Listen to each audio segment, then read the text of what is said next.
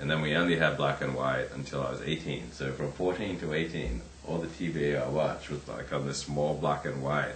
And I'd watch Charlie's Angels, and I'd try to like detect Farrah Fawcett's nipples.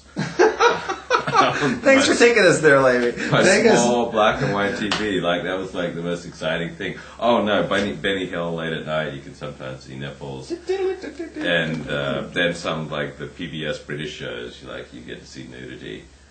That was really God, cool. you're so hard up. Everything with you is about sex. And then around like 1983, they started showing uncut R-rated movies. What was the guy who had the ability? He could just like look at women and their clothes would pop off. Superman. No. The guy, he later got arrested for underage sex at the Democratic Convention. Rob Lowe. Zapped. Yeah, so they showed movies like Zapped and The Graduate, and so then I got to see more. But like, how old were you when you first saw like hardcore? I was going to say, how old was I when I first saw color TV? Can we start there? Okay. I grew up on black and white TV. Okay. Like everybody my age, we grew up on black and white TV. Mm-hmm. Okay?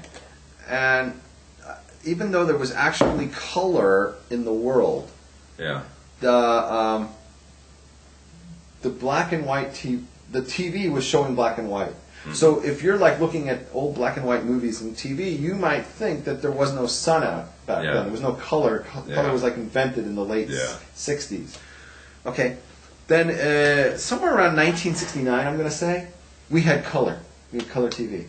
And we moved up in the world to color. Wow. Yeah, we had color TV, and I never looked at black and white again, except a lot of my shows that I like are on black and white. So you're only 5 years older than me. You're 50 years old. Yeah. Okay.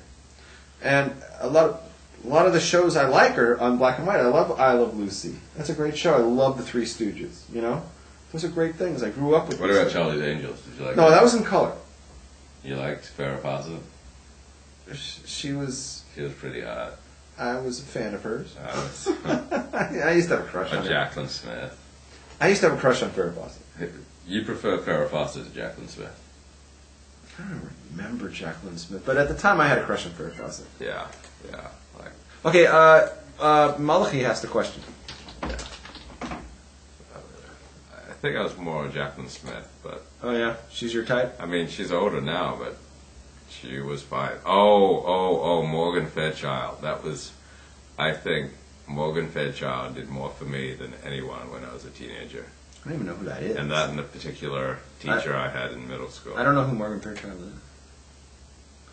Okay. So Malachi asked a question. He said, tell us about the manuscripts you finished this week. So basically what I did for my manuscripts, thanks for asking the question, is... did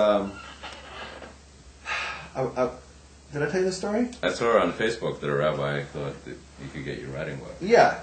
So, but they wanted writing examples. So I had to put together stuff. So you read my book. Mm-hmm. So I took 3 chapters from that book, 3 essays that I've written, and they were, older essays. And all I did was I didn't know which ones to pick. So I asked my rabbi, who's read the book, I said, which ones of these 40 would you pick? And I let him pick the 3, and he told me that I should shorten them for this assignment. Yeah. So I had to condense them in half, and in one case I just took like a quarter because it was such a long essay, and I had to make them small. Then I had to make them fit, because when you take the beginning of a story but you don't have the ending anymore, you got to tighten it because there's stuff missing. So I had to do some surgery to pull out the middles, if you will, and then stick the end and have them make sense because we're missing a lot of stuff. And I had to liposuction. It was liposuction, and I had to then redo everything, and I had to update it then, and the grammar was wrong because it didn't make sense anymore. And there was updates because some of the stuff is outdated. It's like 3 years later, and I know new information. So I was constantly updating. I was working for several hours. I worked long in the night. That's the longest you've worked. That was a long time. I had a candle burning at night, and I was, long hours, and, I wasn't taking any phone calls. Like, you're watching one YouTube video every hour. No, and people were like,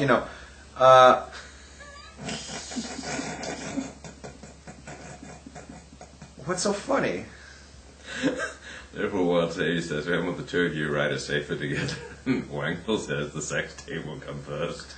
I want to know who Wankel is. We have too many. He's a relative of yours. Okay, so what's going on? So that was what my manuscripts were. They're basically 3 stories, and I'll just tell you what they are. Okay, Yeah. which and if you read my book, you know the 3 chapters. One, it's actually a story, if you will, the way my rabbi picked it out. One is how I grew up in and my attitudes towards child abuse. What's so funny now? That was just used to bear. But So once again, you're not engaged in what I'm saying. Thrills. Okay, once again, I'm you're not turning off the chat because we both get distracted by it. okay, and instead you're looking at Jacqueline Smith. Yeah, but I'm listening. Okay.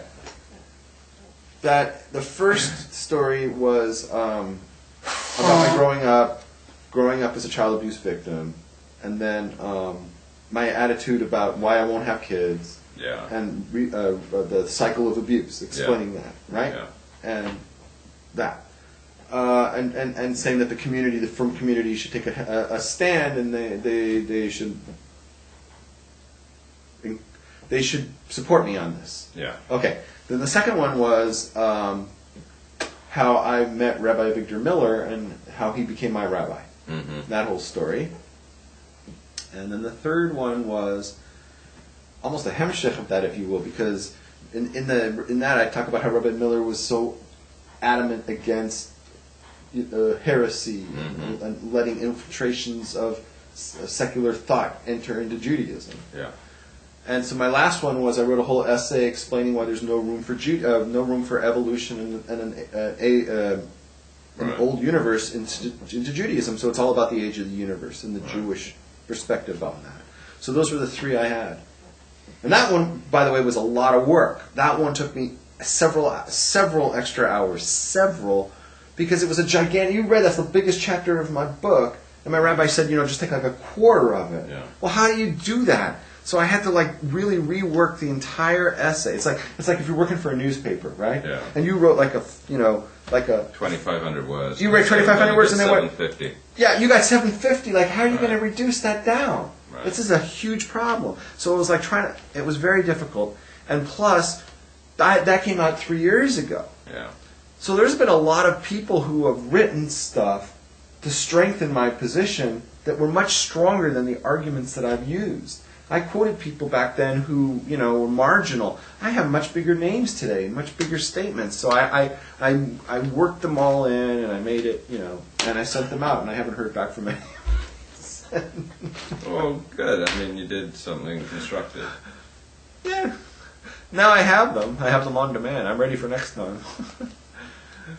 Okay, you got anything else?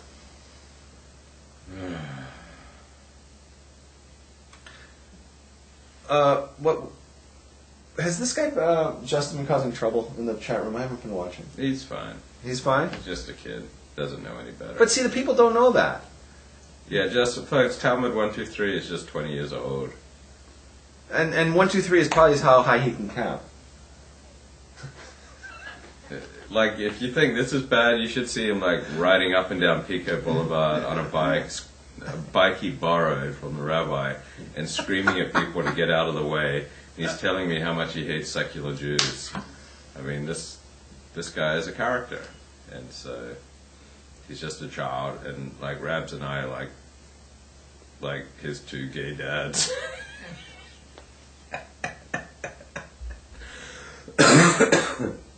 Unbelievable. I'm pretty much spent? spent. Okay, folks, I think that's a wrap. By the way, want to tell you now we're in February, right? Yeah. We got some big shows lined up this month. In 2 weeks, we're going to have a very exciting show. We're going to have a live audience, so we're really looking forward to that. Yeah. We have a live audience coming in 2 weeks, so hold on tight. That's going to be a big show. And, all right, that's all we got. Yeah, Justin says unlike his Orthodox dads. Yeah. He's got 2 Orthodox dads. I wanted to put it out there that Rabbi Rabs and I will do promotional announcements in exchange for cash. So if you want us to promote something, as long as it's not against Torah, we'll do it.